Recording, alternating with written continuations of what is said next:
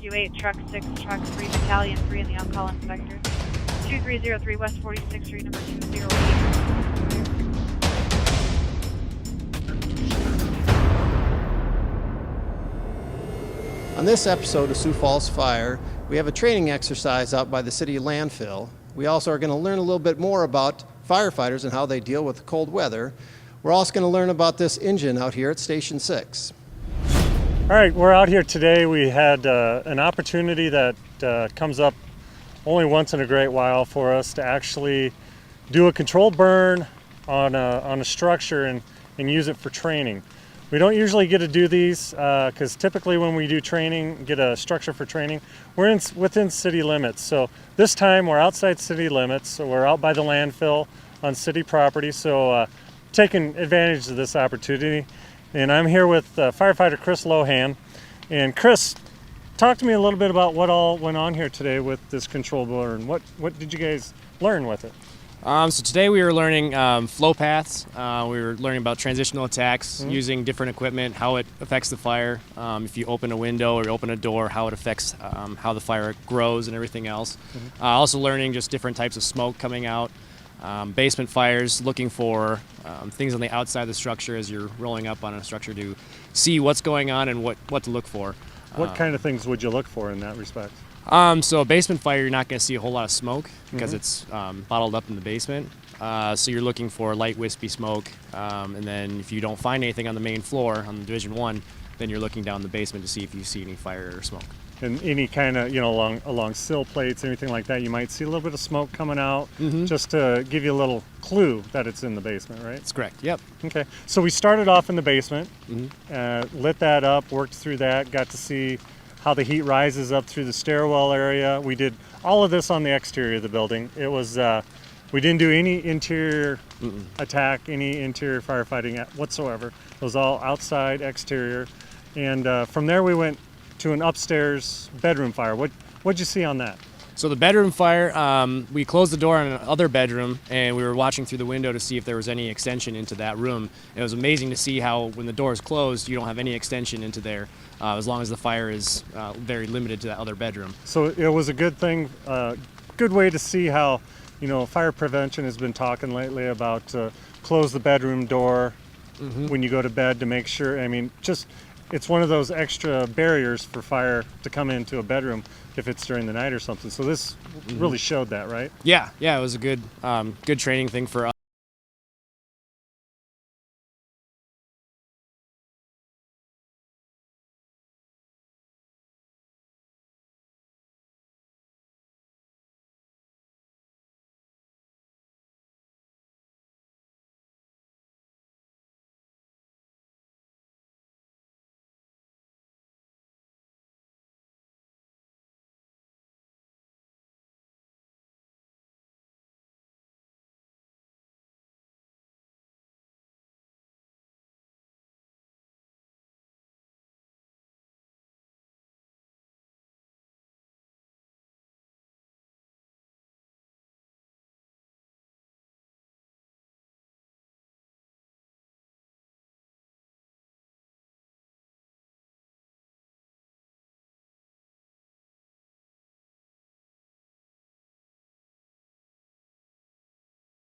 Phase, and it was great to see that in the training center. You don't get to see all those different stages necessarily because you're on outside of a structure. You go in, you put out the fire.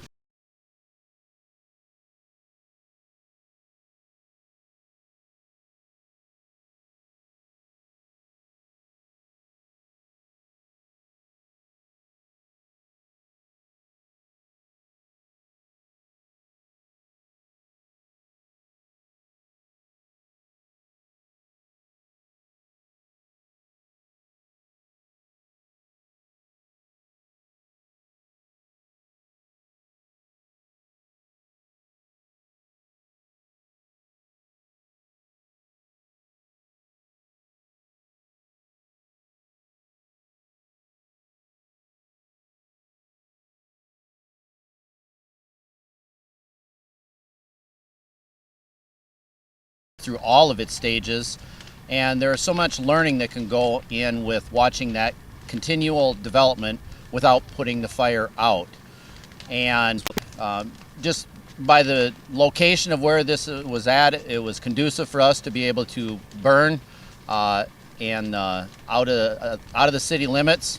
And as a training officer, we look for these opportunities, and too often we often interrupt them as a course of our what we're supposed to be doing, which is put the fire out. And so as we watch a fire go through its stages, and we set 5 different fires here, we set them all from an outside location, and we demonstrated transitional attacks from the exterior. We were able to demonstrate the effects of specific nozzles or some of our specialty nozzles, which we very rarely use and use for below grade fires.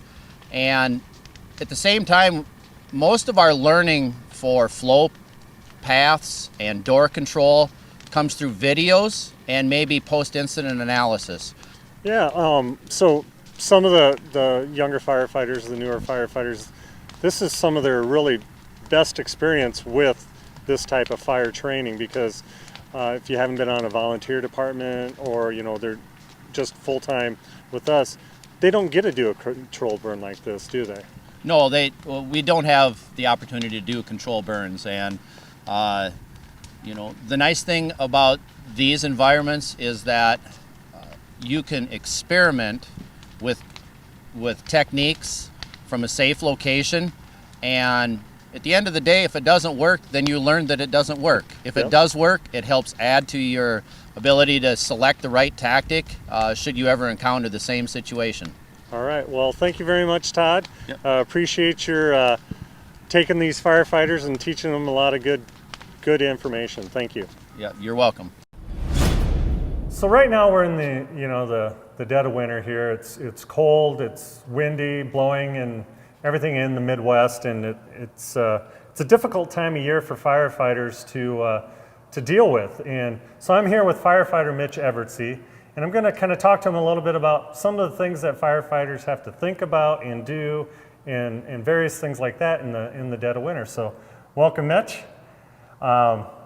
At this time of year, some of the stuff you think about with the cold weather and ice and different things like that, what do you have to think about when you're on the scene of a fire? Well, probably the most obvious one is our hoses can freeze. Mm-hmm. So we like to keep the nozzles cracked open if they're not in use. That way they don't freeze up. Explain that a little more as far as the hoses freeze. Most people think that you're going to have just running water constantly. What's the chance? How's it going to freeze? What goes on to make it freeze at that point in time? Well, the moving water will prevent it from freezing. Mm-hmm. So if the nozzle's completely closed for too long, the static water can freeze the hose. And with keeping the hoses cracked open so that you have the running water, give me a little analogy of how that compares to, say, like a lake or a stream. Sure. If you think about a creek or a river, it doesn't tend to freeze as quick in the winter because the water is moving, whereas a lake is still water and it tends to freeze quicker. Okay. So the lake, it'll freeze, not movement. Creek, movement, it's not going to freeze. Correct. Okay. So what are some of the other things? Okay. With the moving water, that's additional ice, right? Correct. What do you have to think about there? Obviously, a slip hazard. We do carry traction spikes in all of our boots, but we do have to be careful about, creating too much ice around the fire truck and, hauling hoses and things like that over the ice. Okay. And talking about ice and snow, I can imagine if you're trying to set a ladder on the side of a building or something, that can play havoc a little ice and snow there, right? If the snow is deep enough or if it's too icy, it can be difficult to have a sturdy footing or to even carry a ladder through a yard with a couple feet of snow in it. Mm-hmm. And one of the biggest things that we always try to get the public to think about and do is clearing the snow around their fire hydrants. What are some of the reasons why? Why do we preach that so much? We like to keep at least 3 feet to start off with instead of just in front, the whole perimeter. That way, when we're hooking up our hydrant, we have room to turn the hydrant wrench, and we have room for the hose to be coming off the hydrant. Because it's a large diameter hose. It's a 5-inch hose, so you need to have a lot of room to be able to come off the hydrant, make the turn that it needs to make if you're going left or right or whatever, and just keeping it clear is very helpful, right? Correct. It saves a lot of time. Clearing fire hydrants, there's a lot of areas where there might be a fire hydrant in front of an elderly person's home or something like that that they just can't get out and clean. So what would you suggest for the community, for the neighbors? What's one thing that they can do to help out? Well, I would say being a good neighbor. You know, the fire hydrant covers, you know, a block or two at a time. So scooping out your neighbor's fire hydrant, you know, could benefit you as well. Most people scoop out the driveways and things like that, but they just overlook the fire hydrant. Yep. So like you said, it encompasses a larger area than just the one house it's in front of. So be a good neighbor, help each other out, and clear the hydrant. Okay. And okay, so with it being really bitterly cold, do you have to wear any different type of gear? Is there anything else that you do to stay a little warmer? Well, our gear is about the same, I would say, but there are times where the regulators can freeze on our mask if it gets too cold.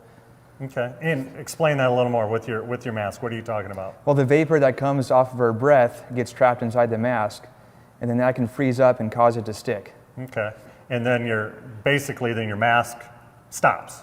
Correct. And you can't get the air that you need from the SCBA, correct? That's correct. Okay, so there's a lot of little things that firefighters have to think about during the winter months, especially when they're fighting a fire, but also when you're going on EMS calls and different things like that. There's just a lot of different things, correct? Correct. All right, well, thank you very much. I appreciate the time, and we'll let you get back to your business. Thank you, sir. Thank you. Hello, this is Ryan Cox. I'm out at Station 6 today on the corner of 41st and Marion. Today we're going to learn a little bit about Engine 21 here with Joe Funky. If you want to tell us a little bit about this engine and what are the things that we have on it. Of course, yeah. This is a Type 3 engine. What we call Type 3 is more of a wildland setting. This engine runs EMS calls primarily at this station, and it goes on fires, vehicle fires, and EMS runs also at this station. It was deployed to the Legion Lake fire out in the hills, and I think one other fire out in Colorado last year. It has as you can see, it's a little higher off the ground, which makes it better for mountain terrain, and that's why we call it a wildland truck. It has a 500-gallon capacity tank, and it has all the capabilities for pre-connects for fighting fire that we can use. As we go around here, we got our basic just tools. It's a giant toolbox, we like to say. We have all sorts of adapters, toolbox, and then a set of other stuff. A lot of these adapters, what are these used for? So this is an inductor for foam. So we also have water, but we also have foam, which is used for all types of fire, for gas fires, or we can also use it for fuel spill fires, and also kind of smothering the fires. It gives a different kind of type of attack. And then these are all adapters we can use for just all the different types of scenarios. So the tools in this one compared to our other regular engines and trucks, is there a lot of difference, or? They're pretty much similar to most engines. This is an engine. There's a lot of other stations with engines. We also have trucks, and they might have some different tools that might be different for ventilation purposes and stuff like that. But this is kind of primarily just the basics of what we need at a fire ground. Okay. Plus some other extra things that we Plus might need. Some extra stuff that, like for wildland firefighting. Wildland firefighting and water rescue as well. We also have some high-rise packs. These are hose bundles. We can, if we don't have enough hose from pulling off, we can put this on our shoulder and carry it up to the fire floor. It gives us 150 feet, this hose, and then we have a 2.5, a bigger hose bundle back there too we can also utilize.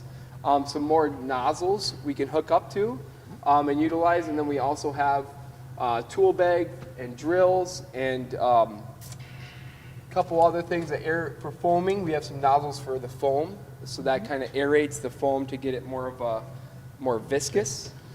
How about this back and this compartment here? This back part here is, so as you see, we have our gear back here, and it's a new concept with the clean cab concept that we're now utilizing at Sioux Falls Fire Rescue. We try to keep our gear in the back and out of the cab because there's been research that's shown that cancer-causing carcinogens from fires and fighting fires get stuck on our gear, and we take that in our cab, and it's just healthier for us overall to put it in the back of the cab and keep everything out. So we'll put our gear on before the fire, but after the fire we kind of keep it back here and then get new gear to put on. Plus, before you put it back in there too, you clean it off at Yep, the scene yep, we clean as it best at you the scene can, and correct? decon the best we possibly can. Yeah. Do you do that with the rest of the tools, hoses, kind of Yep, do a we little? after every fire, we kind of take it back to the station. We'll clean the hose off. We'll make sure it's good and suitable for the next fire, and we get all our tools deconned and clean and ready to go too. So it's not just at the fire scene. We usually come back to the firehouse and are busy for quite a few more hours, usually putting the truck back together and getting it serviceable. So on this side, we have, similar to the other side, it's our gear, clean concept again, gear and SCBA breathing bottles. And here we got our spare cylinders in both sides. What's in this one here? In this one, we got just more tools. We got brooms for cleaning up fluid spills or hazmat situations where we got to clean it up and get it off the ground. And then we also have a set of irons with the axe and the Halligan tool. Yeah. So we kind of got it stuffed in here, but we got more, and then we have some wildland tools up there for the wildland woodland setting. And with the spill dry, you go on a lot of car accidents, I bet, because Yes. we're on 41st Street and the Yep. interstate area, so that's why you keep all this here. Yep. What's kind of the nice thing with this vehicle compared to taking the trucks or other utility vehicles out on the interstate or on the roads here? Yes, so we have a truck here as well. We use this primarily for fluid spills and smaller calls such as EMS because it's more maneuverability. We don't have to worry about getting in those tight areas, especially here on 41st Street and by the mall during busy hours. And also, it's just a little bit more cheaper of a vehicle, Yep. and we can use it more conservatively for Yep. the city's tax-paying dollars. You bet. And the other nice thing too, during the inclement weather too, this is different than our regular fire trucks because Yes. Yep. The four-wheel drive capabilities that are also useful in the wildland setting are also useful here during our winters. All right. How about in this last cabinet So here? our last cabinet here is EMS, and predominantly we run mostly EMS calls. So we have a whole compartment for EMS, and so here we have a cardiac monitor for doing certain calls. This big bag has a bunch of supplies for trauma incidents or any sick patient that we might go on, and then we have just tons more bags for every kind of sick patient we go on. Because what's your highest highest number of calls out in this area? What do they The typically- EMS. EMS calls. predominantly, yep. Okay. How about this hose here? That's a lot different than a lot of the other fire trucks have, and Yep. why is that? So we call that a booster reel. This is our cross lay. We call that our fire tack hose. Well, this is our booster reel. We'll usually use that in the summer setting or in the mountainous wildland setting because we can walk. It has pump and roll capabilities, which that means we can walk alongside the truck while it's going at a low rate of speed and spray the grass or the ground around it. And put the fire out that way. So it gives us another capability that other fire trucks don't have. And then how many of these do we have in the city of Sioux Falls right now? We have 2 right now in the city of Sioux Falls, one at Station 6 where we are now, and then one at Station 3. And hopefully more in the future. Once again, thank you for watching Sioux Falls Fire. If you have any questions about our department, you can go to siouxfalls.org/fire.